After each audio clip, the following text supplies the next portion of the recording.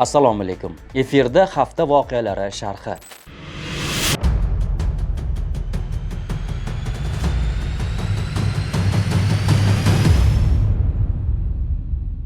Rossiya Tashqi ishlar vazirligi hammomdagi tahqirlanishni tan olmadi. Tashqi ishlar vazirligi Moskvadagi hammomda migrantlarning tahqirlanishi bilan bog'liq voqeaga izoh berar ekan, tekshiruv reja asosida o'tkazilgani, ataylab qaysidir mamlakatdan kelganlarga qarshi qaratilmaganini bildirdi. Ya'ni muammoni tan olmadi va ayb muhojirlarning o'zida ekanini urg'uladi. Vazirlikning fikricha, huquq-tartibot idoralari xodimlari qat'iy ravishda amaldagi qonunchilik doirasida harakat qilgan.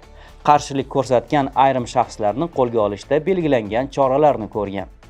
Aytib o'tilgan tekshiruv ma'lum bir mamlakat fuqarolariga qarshi qaratilgan emas, biroq Rossiya migratsiya qonunchiligini ongli ravishda buzayotgan va Rossiya Federatsiyasida noqonuniy bo'lib turgan chet elliklar bunday xatti-harakatlarning muqarrar huquqiy oqibatlari haqida o'ylashlari kerak, deyiladi vazirlik xabarida. Kino, serial, multfilm va teleradio kanallar bularning barchasi Biz Media ilovasida. Avvalroq Rossiya Tashqi ishlar vazirligi hibsga olingan ba'zi muhojirlarning radikal tuzilmalar bilan aloqasi bo'lishi mumkinligi haqida munosabat bildirgan.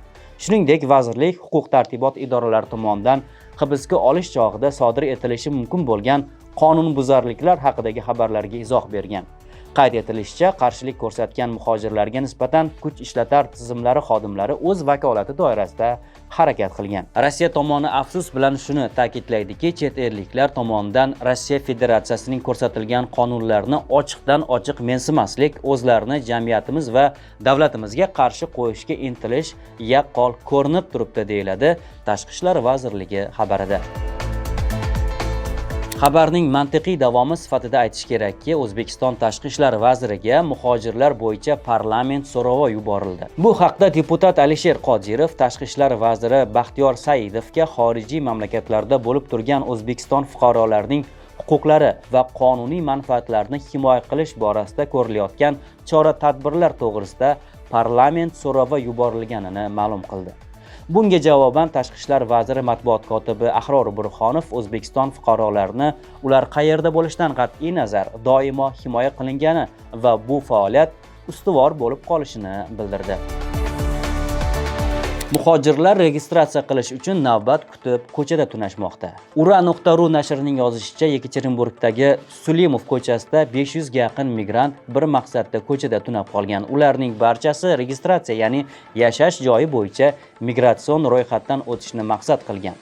Shaharda katta navbat tufayli talonlar yetishmayapti va migrantlar oddiy daftarga o'zaro navbat uyushtirib yozilmoqda. Ertaga qabulga o'zimizning navbat bo'yicha 180 kishi yozilgan. Keyingi kuni 181 kishi bo'ladi, deb jurnalistlarga tushuntirgan muhojirlardan biri. Shuningdek, kelganlarning barchasi migratsiya markazida qabul qilishning iloji bo'lmaydi. Muassasa taxminan soat 9:00 dan ish boshlaydi, ammo davlat xizmatlarini olish uchun kelganlar 1 soatdan keyin qabul qilina boshlaydi. Ijtimoiy tarmoqlardan birida Fazliddin Sodiqov ismli o'zbekistonlik muhojir rus tilidan imtihon uchun navbatlar narxi 15 ming rubl ekani haqida post qoldirib, buning boshida vatandoshlarimiz turganini yozgan edi. Vladivostokda migrantlarga harbiy shartnoma evaziga qonuniy maqom olish taklif qilinmoqda. 2025-yil 30-aprelgacha migrantlar Rossiya Ichki ishlar vazirligi organlariga mustaqil ravishda murojaat qilib, o'z huquqiy maqomini tartibga solish imkoniyatiga ega.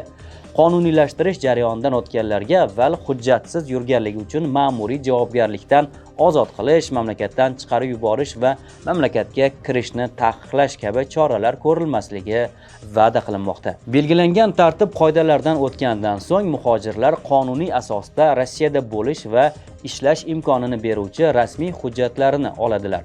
400 dan ortiq muhojir allaqachon Primorye o'lkasida ichki ishlar organlariga murojaat qilgan. Ba'zilari Rossiya Federatsiyasi Mudofaa vazirligi bilan harbiy shartnoma tuzgan. Bu esa qonunlashtirishdan tashqari rossiyalik harbiy xizmatchilarga taqdim etiladigan barcha imtiyozlardan foydalanishni ta'minlaydi, deb yozadi MK Vladivostok nashri. Rasmiy ravishda harbiy shartnoma tuzish bu ixtiyoriy qaror, ammo ekspertlar va huquq himoyachilari bundan xavotir bildirmoqda. Migrantlarda qonuniylashtirishning boshqa yo'llari bo'lmasligi mumkin. Ayniqsa, mehnat patentlari va huquqiy yordam olish imkoniyatlari cheklangan bo'lsa. Shunday vaqtda muhojirlarning axborotsizligidan foydalanib, harbiy shartnoma tuzishga ko'ndirish ularning huquqiy zaifligidan foydalanishdir, deydi huquq himoyachilari. Eslatib o'tamiz, O'zbekiston fuqarosining chet davlatlarning harbiy xizmatiga xavfsizlik, politsiya, harbiy adliya organlari yoki shunga o'xshash boshqa organlariga xizmatga yollanishi 5 yilgacha ozodlikdan mahrum qilish bilan jazolanadi. VNJ olish imkonini beruvchi kasblar ro'yxati e'lon qilindi. 2025-yil uchun yetishmayotgan kasblar ro'yxati 15-aprelda e'lon qilindi. Rossiya Mehnat vazirligi bergan kamyob kasblar ro'yxatiga kiritilgan mutaxassislar patent o'rniga VNJ rasmiylashtirib ishlashlari mumkin. Odatda bunday ro'yxat har yili boshida e'lon qilinardi, biroq bu yilgi ro'yxat ancha kech ma'lum qilindi. 27-aprel kuni kuchga kirishi va ro'yxatga bor yo'g'i 29 ta kasb kiritilgani bilan ahamiyatli bo'ldi. Qolaversa, ro'yxatga muhojirlar orasida ommabop bo'lgan birorta ham kasb kiritilmagan. 2025-yilda quyidagi mutaxassislikka ega bo'lgan migrantlar cheksiz muddatga ega VNJ olishlari mumkin.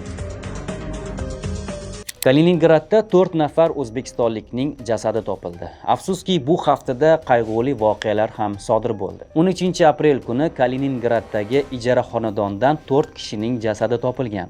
Ma'lumotlarga ko'ra, ularning barchasi O'zbekistondan kelgan. 2 nafar 1999-yilda, qolgan 2 nafar esa 1990 va 1984-yillarda tug'ilgan. Taxminlarga ko'ra, ular 11-aprel bilan 13-aprel oralig'ida vafot etgan. Jasadlarda zo'ravonlik alomatlari aniqlanmagan. Hodisa joyida tergovchilar va kriminalistlar ish olib borishgan. Dastlabki ma'lumotlarga ko'ra, muhojirlar is gazidan zaharlanish oqibatida vafot etgan. Ehtiyotsizlik sabab o'lim yuz bergani moddasi bo'yicha jinoiy ish qo'zg'atilgan. Kino, serial, multfilm va teleradio kanallar bularning barchasi Biz Media ilovasida. Saratov viloyatidagi avtohalokatda esa O'zbekiston fuqarosi halok bo'ldi. 16-aprel kuni Saratov viloyati Dergachi aholi punkti yaqinida ichida O'zbekiston fuqarolari bo'lgan Lada Largus avtomashinasi yo'l chetida to'xtab turgan yuk mashinasi bilan to'qnashib ketgan. Oqibatda 1987-yilda tug'ilgan O'zbekiston fuqarosi olgan tan jarohatlari tufayli voqea joyida vafot etdi. Yana 5 nafar yurtdoshimiz turli tan jarohatlari bilan tuman shifoxonasiga yetkazildi, deyiladi Bosh konsulxonaning Telegram kanalida e'lon qilingan xabarda. Diplomatik vakolatxona Saratov viloyatining vakolatli organlari bilan aloqa o'rnatilgani, marhumning jasadini vatanga qaytarish jarayoni boshlangani, jabrlanganlarga tibbiy yordam ko'rsatilayotganini qo'shimcha qilgan. Bu eng so'nggi xabarimiz edi. Migratsiyaga oid yangiliklar bilan Migrant.uz saytining barcha platformalarida tanishib borishingiz mumkin. Salomat bo'ling.